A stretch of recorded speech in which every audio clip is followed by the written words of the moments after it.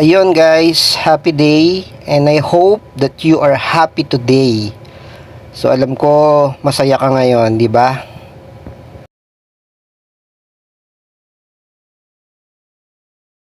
So yun guys, no, for today's nga pala.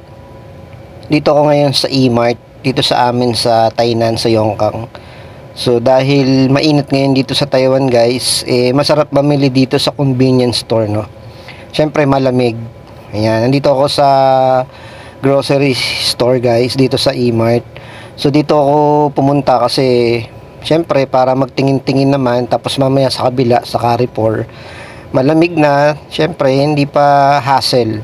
Ayan, mamimili kasi ako guys ng mga kailangan ko for 1 week. So dahil mainit ngayon, magpalamig muna tayo. At the same time, relax, tingin-tingin guys, no.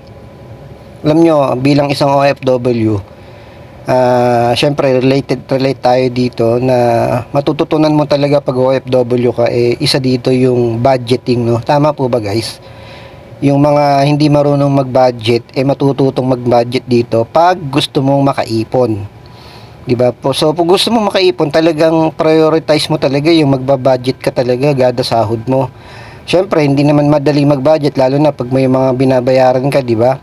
Pero the good thing is maganda matutunan talaga nating mag-budget lalo na pagka mamimili tayo, pupunta tayo sa mga ganitong lugar.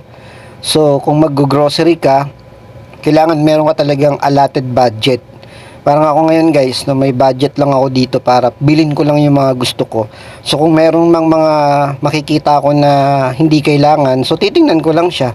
Pero syempre kasama sa budget ko yung pagkain. Syempre kakain ako mamaya after mag-grocery. Syempre para treat sa sarili, di ba? So ganun guys, sa mga mag-a-apply diyan ngayon, papuntang Taiwan. So mag-apply na kayo, maganda rito sa Taiwan guys, no. Tsaka kailangan mo talaga matutong mag-budget lalo na ngayon. May marami mga company ngayon guys dito na mahina. Tulad kami sa company namin, medyo mahina kami ngayong panahon na to. Pero hindi naman lagi. So ilang buwan lang naman mahina, tapos biglang lalakas na uli. So sa ngayon kasi medyo mahina kami ng halos 2 months na. Pero hoping no, mga susunod na mga buwan ay makabalik na uli yung production namin. Pero kahit na mahina, may overtime pa rin kahit papano. So ganun lang kaganda yung factory namin guys, no. So yun guys, kaya sa mga mag-a-apply dyan, yun, matututunan nyo talaga mag-budget kung gusto nyo talaga makaipon. Hindi yung bili dito, bili dyan, di ba? Matututunan natin, totoo reality, matututunan natin dito yung yung needs mo or yung wants mo lang, di ba?